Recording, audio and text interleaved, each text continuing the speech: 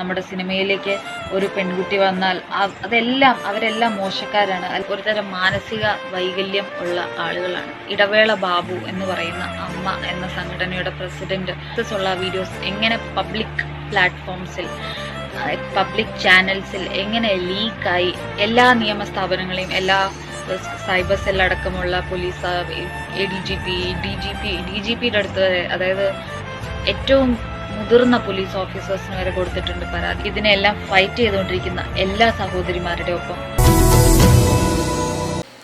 നമസ്കാരം, കേരളീയം ന്യൂസിലേക്ക് സ്വാഗതം. മലയാള സിനിമയിലെ മിന്നിത്തിളങ്ങേണ്ടിയിരുന്ന മലയാളിത്തമുള്ളൊരു നടിയായിരുന്നു സോന. സിനിമാ മേഖലയിലെ ക്രൂരതയ്ക്കിരയായി സിനിമാ രംഗം തന്നെ ഉപേക്ഷിക്കേണ്ടി വന്നു ഈ നടിക്ക്. സീരിയൽ രംഗത്ത് ഡയറക്ടറായി പ്രവർത്തിച്ച സതീഷ് അനന്തപുരി എന്ന സംവിധായകൻ ഫോർ സെയിൽ എന്ന സിനിമയിലേക്ക് സോനയെ വിളിക്കുകയും കാസ്റ്റിംഗ് കാൾ അറ്റൻഡ് ചെയ്തപ്പോൾ എടുത്ത ചിത്രങ്ങൾ സ്വയം എടുക്കുകയും അവ പുറത്തുവിടുകയും ചെയ്ത് ആ നടിയുടെ ജീവിതം തന്നെ ഇല്ലാതാക്കാനുള്ള ശ്രമം നടത്തിയിരുന്നു. മാനസികമായി തകർന്നുപോയ ആ സോന എന്ന മിടുക്കി പെൺകുട്ടി സ്വയം ആക്ഷേപങ്ങളെയും സോഷ്യൽ മീഡിയ കമന്റുകളെയും അതിജീവിച്ച് ഇന്നൊരു അഡ്വക്കേറ്റായി മാറിയിരിക്കുന്നു. സോന ജീവിതത്തിൽ നേരിട്ട പ്രയാസങ്ങളും ബുദ്ധിമുട്ടുകളും അവർ തന്നെ പങ്കുവെച്ചത് ഹേമ കമ്മിറ്റി റിപ്പോർട്ടിന്റെ പുറത്തുവരവോടെ വീണ്ടും ചർച്ചയാവുകയാണ്. നമസ്കാരം, എൻ്റെ പേര് സോന. ഞാനൊരു 5ാം വർഷ നിയമ വിദ്യാർത്ഥിനിയാണ്. ഞാൻ ഇന്ന് എൻ്റെ ലൈഫിലെ ഏറ്റവും പേഴ്സണലായിട്ടുള്ള, എൻ്റെ പേരൻസിന് മുമ്പിലോ എൻ്റെ ഫ്രണ്ട്സിൻ്റെ അടുത്തോ ഞാൻ അധികം ഡിസ്കസ് ചെയ്യാൻ ആഗ്രഹിക്കാത്ത ഒരു കാര്യം പബ്ലിക്കായിട്ട് നിങ്ങളുടെ എല്ലാവരുടെ അടുത്തും ഡിസ്കസ് ചെയ്യാനും റിവീൽ ചെയ്യാനും വേണ്ടിയിട്ടാണ് ഈ വീഡിയോ ചെയ്യുന്നത്. എനിക്ക് 14 വയസ്സുള്ളപ്പോൾ, അതായത് എൻ്റെ 10ാം ക്ലാസ് പഠനകാലത്ത് ഒരു സിനിമയിൽ അഭിനയിച്ചു. ആ സിനിമയുടെ പേര് ഫോർ സെയിൽ എന്നായിരുന്നു. അതിൻ്റെ സംവിധായകൻ്റെ പേര് സതീഷ് അനന്തപുരി, അതിൻ്റെ പ്രൊഡ്യൂസറുടെ പേര് ആൻഡ്രോ കടവേലു. ആ സിനിമയുടെ പ്രമേയം എന്തായിരുന്നു ഇന്ന് ആലോചിച്ചു കഴിഞ്ഞാൽ, അങ്ങനെ ഒരു സിനിമയിൽ അഭിനയിച്ചു എന്നത് എന്നെ വളരെയധികം ഭീതിപ്പെടുത്തുന്ന ഒന്നാണ്. കാരണം അത്രയും സ്ത്രീ വിരുദ്ധത നിറഞ്ഞതും സ്ത്രീവിരുദ്ധ സംഭാഷണങ്ങളും പ്രമേയത്തെയും ഗ്ലോറിഫൈ ചെയ്ത ഒരു സിനിമയാണ് ഫോർ സെയിൽ. സ്വന്തം സഹോദരി നശിപ്പിക്കപ്പെടുന്നത് കണ്ട് മനംനൊന്ത് ആത്മഹത്യ ചെയ്ത ഹീറോയിൻ കഥാപാത്രത്തെയാണ് അതിൽ കാതൽ സന്ധ്യ എന്ന് പറയുന്ന ആക്ട്രസ് അവതരിപ്പിച്ചത്. അഭാഗ്യവശാൽ അതിലെ അനുജത്തി ഞാനായിരുന്നു. പക്ഷേ സ്വന്തം ജീവിതത്തിൽ ആത്മഹത്യ ചെയ്യേണ്ട സിറ്റുവേഷനിൽ എത്തിപ്പെട്ടത് ഞാനാണ്. പക്ഷെ ഞാൻ ആത്മഹത്യ ചെയ്തിട്ടില്ല, ഇപ്പോഴും ജീവനോടെ ഉണ്ട്. അതിൻ്റെ തെളിവാണ് ഞാനിപ്പോൾ നിങ്ങളോട് സംസാരിച്ചുകൊണ്ടിരിക്കുന്നത്. അത്തരത്തിലൊരു സാഹചര്യത്തെ അവതരിപ്പിക്കാൻ വേണ്ടിയിട്ട് അങ്ങനെ ഒരു വീഡിയോ, അതായത് സഹോദരി സ്വന്തം അനുജത്തെ മറ്റൊരാൾ നശിപ്പിക്കുന്നത് കണ്ട് ആത്മഹത്യ ചെയ്യുന്ന പ്രമേയമായതുകൊണ്ട് തന്നെ അങ്ങനെ ഒരു വീഡിയോ ഷൂട്ട് ചെയ്യണമെന്ന് ആ സിനിമയുടെ അണിയറ പ്രവർത്തകരും സംവിധായകരും ആവശ്യപ്പെട്ടപ്പം അന്ന് എനിക്ക് 14 വയസ്സാണ്, ചെറിയ കുട്ടിയാണ്. ഇങ്ങനെ ഒരു 150 പേരോളം ഉള്ള സെറ്റിൽ വെച്ച് ആ സീൻ ഷൂട്ട് ചെയ്യാൻ പറ്റില്ല എന്ന് ഞാൻ പറഞ്ഞു, വിസമ്മതിച്ചു. അല്ലെങ്കിൽ അതിനൊട്ടും കംഫർട്ടബിൾ അല്ല എന്ന് അവർ തന്നെ പറഞ്ഞു. കാര്യം ചെറിയ കുട്ടിയാണ്, എനിക്ക് എൻ്റെതായ തീരുമാനങ്ങൾ എടുക്കാനുള്ള, അല്ലെങ്കിൽ ഞാൻ എന്ത് സിനിമയിലാണ് അഭിനയിക്കുന്നത്, എന്ത് സീനിലാണ് അഭിനയിക്കുന്നത്, എന്താണ് എൻ്റെ ഡയലോഗ്, ആ ഡയലോഗിന് ഈ സമൂഹത്തോട് ആ ഡയലോഗിലൂടെ ഞാൻ എന്താണ് പറയുന്നത് എന്ന് പോലും മനസ്സിലാക്കാനുള്ള ബേസിക് കോമൺ സെൻസ് പോലും ഇല്ലാത്ത ഒരു പ്രായം. അങ്ങനെ ഞങ്ങൾ ആ സീൻ ഷൂട്ട് ചെയ്തത് ആ ഡയറക്ടറുടെ കലൂരിലുള്ള ഓഫീസിൽ വെച്ചിട്ടാണ്. എൻ്റെ പേരൻസും അവിടെ ഉണ്ടായിരുന്ന ആ സിനിമയുടെ കുറച്ച് മാത്രം അണിയറ പ്രവർത്തകരും മാത്രമാണ് ആ സീൻസ് ഷൂട്ട് ചെയ്തത്.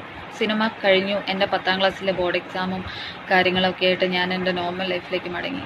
കുറച്ച് നാളുകൾക്ക് ശേഷം ആ സിനിമയ്ക്ക് വേണ്ടി ഞങ്ങളെടുത്ത ആ സീൻസ് പബ്ലിക് പ്ലാറ്റ്ഫോമുകളിലും യൂട്യൂബ് വെബ്സൈറ്റുകളിലും പല പോൺ വെബ്സൈറ്റുകളിലും പ്രചരിക്കുവാൻ തുടങ്ങി. ഇത് എഡിറ്റ് ചെയ്യുമ്പോൾ അങ്ങനെയൊന്നുമില്ല, ഒരു പീസ് ആയിട്ടുള്ളൂ മക്കളെ. ഇത് എഡിറ്റ് ചെയ്യുമ്പോൾ അങ്ങനെയൊന്നുമില്ല, ഒരു പീസ് ആയിട്ടുള്ളൂ മക്കളെ. പല രീതിയിൽ, പല പേരുകളിൽ, പല ടൈറ്റിലുകളിൽ. അതോടുകൂടി സിനിമ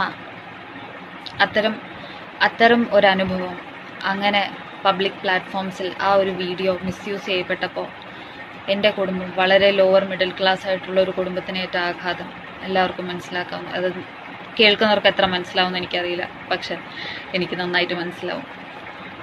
കാര്യം അതിൻ്റെ ഒരു വിക്റ്റിമാണ് ഞാൻ ഇത്രയും വർഷമായിട്ട്. അതോടുകൂടി സുഹൃത്തുക്കൾ, ബന്ധുക്കൾ, അതുപോലെ തന്നെ എന്തിനു അധികം പറയണം, അധ്യാപകരടക്കം പലരും എന്നെ പല വിധത്തിൽ തോടുള്ള കണ്ണുകളോടുകൂടി നോക്കുന്നതാണ് ഞാൻ ഇന്ന് വരെയും കണ്ടിട്ടുള്ളത്. അനുഭവം ഉണ്ടായതുകൊണ്ട് തന്നെ സിനിമ എന്ന വാക്ക് കേൾക്കുമ്പോൾ സ്വന്തം മകളെ എൻ്റെ വീട്ടുകാർക്ക് വളരെ സ്നേഹമാണ്, അവർക്ക് വളരെയധികം സ്നേഹമാണ്, അവർക്ക് എൻ്റെ കഴിവിൽ വിശ്വാസമുണ്ട്. എന്തിരുന്നാൽ കൂടി അവർക്ക് സിനിമ എന്ന് കേൾക്കുമ്പോൾ പേടിയാണ്. കാര്യം ഇത്രയും നാളും സമൂഹത്തിൽ നിന്നും എല്ലാ മേഖലയിൽ നിന്നുള്ള ആളുകളിൽ നിന്നും ഏറ്റുവാങ്ങിയിട്ടുള്ള വളരെയധികം വേദനിപ്പിക്കുന്നതായ വാക്കുകൾ, കുത്തുവാക്കുകൾ. ഇന്നും ഞാൻ റോഡിലൂടെ നടന്നു പോകുമ്പോൾ നീ ഇപ്പോഴും ജീവനോടെ ഉണ്ടോ, നീ ഇപ്പോഴും ജീവിച്ചിരിപ്പുണ്ടോ, ഇവിടെ എന്തിനാണ് ജീവിക്കുന്നത്, എന്തിനാണ് ഇങ്ങനെ നാണം കെട്ട് ജീവിക്കുന്നത്, അല്ലെങ്കിൽ എനിക്കെന്തോ സംഭവിച്ചു, എനിക്കെന്തോ വലിയ കുറവുണ്ട് എന്ന രീതിയിലാണ് ആളുകൾ എന്നെ നോക്കുന്നത്. എന്തിനധികം പറയണം, എൻ്റെ അധ്യാപകർ പോലും അവരുടെ പോലും നോട്ടങ്ങൾ എന്നെ പലപ്പോഴും വേദനിപ്പിച്ചിട്ടുണ്ട്. പക്ഷേ എനിക്ക് നിങ്ങളോടൊക്കെ പറയാനുള്ളത്, ചേട്ടന്മാരെ, ഞാനിപ്പോഴും ജീവനോടെ ഉണ്ട്. പിന്നെ നിങ്ങൾ എനിക്ക് ഒട്ടും അറിവില്ലാത്ത, എനിക്ക് നഷ്ടപ്പെട്ടു എന്ന്, എനിക്കൊന്നും നഷ്ടപ്പെട്ടതായിട്ട് എനിക്ക് തോന്നുന്നില്ല. പക്ഷെ നിങ്ങൾക്കാണ് എന്നെ കഴിഞ്ഞും കൂടുതൽ ദുഃഖം. അതായത് നഷ്ടപ്പെട്ടിട്ടില്ലാത്ത എന്തോ ഒന്ന് നഷ്ടപ്പെട്ടു, അല്ലെങ്കിൽ നിനക്കെന്തോ കുറവുണ്ട് എന്ന് ബോധ്യപ്പെടുത്താനാണ് പലരും, എൻ്റെ കുടുംബക്കാർ പോലും ശ്രമിച്ചിട്ടുള്ളത്. വീഡിയോ ഓൺലൈൻ പ്ലാറ്റ്ഫോംസിൽ നിന്ന് റിമൂവ് ചെയ്യുന്നതിന് വേണ്ടിയിട്ട് എത്രയോ റീച്ച് ചെയ്യാൻ പറ്റുന്ന, അതായത് അപ്രോച്ച് ചെയ്യാൻ പറ്റുന്ന എല്ലാ വിധത്തിലുള്ള നിയമ സ്ഥാപനങ്ങളിൽ, ഞാനൊരു നിയമ വിദ്യാർത്ഥിനിയാണ്, അവിടെ നിന്നുകൊണ്ട് തന്നെ ഞാൻ പറയട്ടെ, എല്ലാ നിയമ സ്ഥാപനങ്ങളെയും ഞാനും എൻ്റെ കുടുംബവും സമീപിച്ചു. പക്ഷേ ഇന്ന് വരെ അതിനോട് ഒരു പോസിറ്റീവായിട്ടുള്ള റെസ്പോൺസ് എനിക്ക് കിട്ടിയിട്ടില്ല. ഇന്നത്തെ ഈ കേരള സമൂഹത്തിൽ ഇന്ന് സ്ത്രീകൾക്കെതിരായിട്ട് നടന്നുകൊണ്ടിരിക്കുന്ന, ഇപ്പോൾ ഈ വിജയ് പി നായർ എന്ന് പറയുന്ന അശ്ലീല യൂട്യൂബർക്കെതിരെ പ്രതികരിച്ച സ്ത്രീകളോട് ഇവിടുത്തെ സമൂഹം എങ്ങനെ പ്രതികരിക്കുന്നു എന്നുള്ളത് കണ്ട് 2 ദിവസം, ഈ കഴിഞ്ഞ ഒരാഴ്ച അത് ഓർത്ത് ഭയപ്പെട്ടിട്ട് ഉറക്കം വരാത്തൊരു വ്യക്തിയാണ് ഞാൻ. പക്ഷേ ആ ഒരു സിറ്റുവേഷനിൽ നിന്നുകൊണ്ട് തന്നെയാണ്, ആ പേടിയോടുകൂടി തന്നെയാണ് ഞാനിപ്പോൾ സംസാരിക്കുന്നത് നിങ്ങളോട്. പക്ഷേ എനിക്കത് പറയാതിരിക്കാൻ പറ്റില്ല, കാര്യം ഞാൻ എൻ്റെ മനസ്സാക്ഷിയെ വഞ്ചിക്കുന്നതാവും. അപ്പോൾ എല്ലാ നിയമ സ്ഥാപനങ്ങളെയും, എല്ലാ സൈബർ സെല്ലടക്കമുള്ള പോലീസ്, DGPയുടെ അടുത്ത് വരെ, അതായത് ഏറ്റവും മുതിർന്ന പോലീസ് ഓഫീസേഴ്സിന് വരെ കൊടുത്തിട്ടുണ്ട് പരാതി. പക്ഷെ ആ പരാതിമേലൊന്നും ഇന്ന് വരെ ഒരു പ്രതികരണവും ഞങ്ങൾക്ക് ഉണ്ടായിട്ടില്ല. ആ കേസ് പോലും സ്ട്രോങ് ആയിട്ടില്ല. അതിൻ്റെ പ്രൊഡ്യൂസറിനും ഡയറക്ടറിനും എഡിറ്ററിനും മാത്രം ആക്സസ് ഉള്ള വീഡിയോസ് എങ്ങനെ പബ്ലിക് പ്ലാറ്റ്ഫോംസിൽ, പബ്ലിക് ചാനൽസിൽ എങ്ങനെ ലീക്കായി എന്നുള്ള ബേസിക് ക്വസ്റ്റ്യൻ പോലും അവർക്ക് ആൻസർ ചെയ്യാൻ പറ്റിയിട്ടില്ല. ഹൈക്കോടതിയിൽ ഇപ്പോഴും ഒരു ഹർജി നിലനിൽക്കുന്നുണ്ട്, പക്ഷെ അതിന് ഒരു റെസ്പോൺസും ഇല്ല. പക്ഷേ I am used to that. I am used to living with that, bearing all those criticisms, all those hatred and all those online abuses that has been happening to me since the last 5 or 6 years. പക്ഷെ ഞാൻ ഇന്നിവിടെ പറയാൻ വന്നതൊന്നുമല്ല, ഇതൊരു back story മാത്രമാണ് ഞാനിപ്പോൾ പറഞ്ഞത്.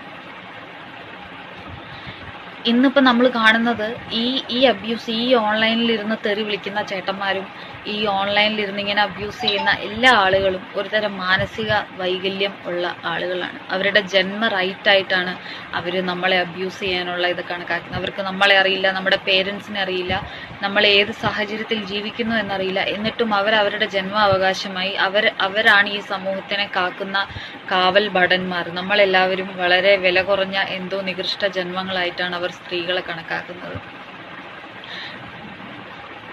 അവർക്ക് നഷ്ടപ്പെടാനില്ലാത്ത എന്തോ ഒന്ന് നമുക്ക് കൂടുതലായിട്ടുണ്ട്, അല്ലെങ്കിൽ നമ്മൾ അങ്ങനെയുള്ള ആ കപട സദാചാരത്തിൽ നിന്നാണ് അവരുടെ ഈ ജഡ്ജ്മെന്റ്സ് മുഴുവൻ പുറത്തേക്ക് വരുന്നത്. അഭിനയം എന്ന കല, സിനിമ എന്ന മീഡിയം എത്രയോ മഹത്തായ ഒന്നാണ്. എത്രയോ ബഹുമാനം അർഹിക്കുന്ന, അല്ലെങ്കിൽ ജനങ്ങളുടെ ബഹുമാനവും ആദരവും അർഹിക്കുന്ന, അത് വാങ്ങിക്കേണ്ട ഒരു മീഡിയമാണ്.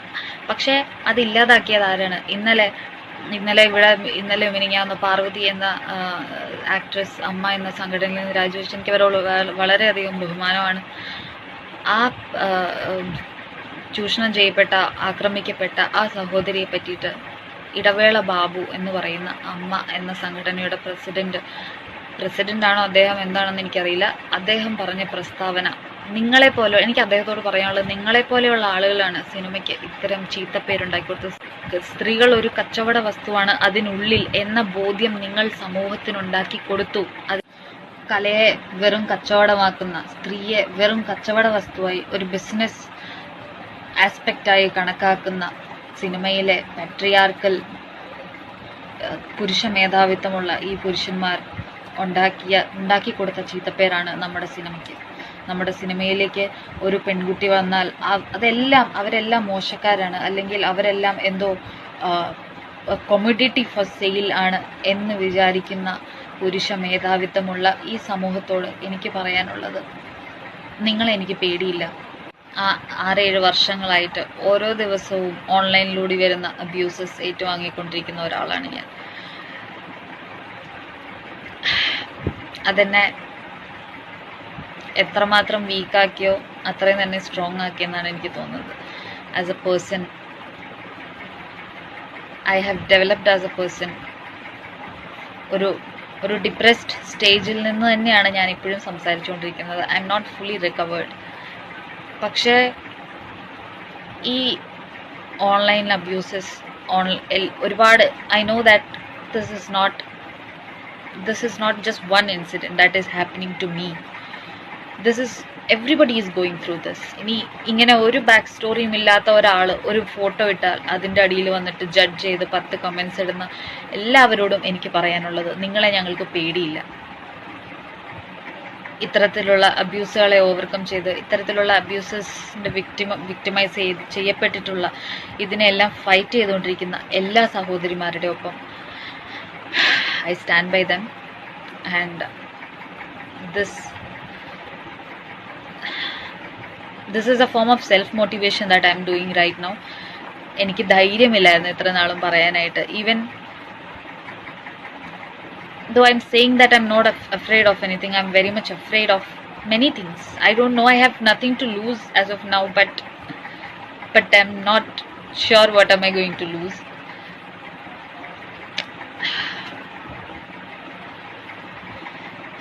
But refuse the abuse. Thank you so much.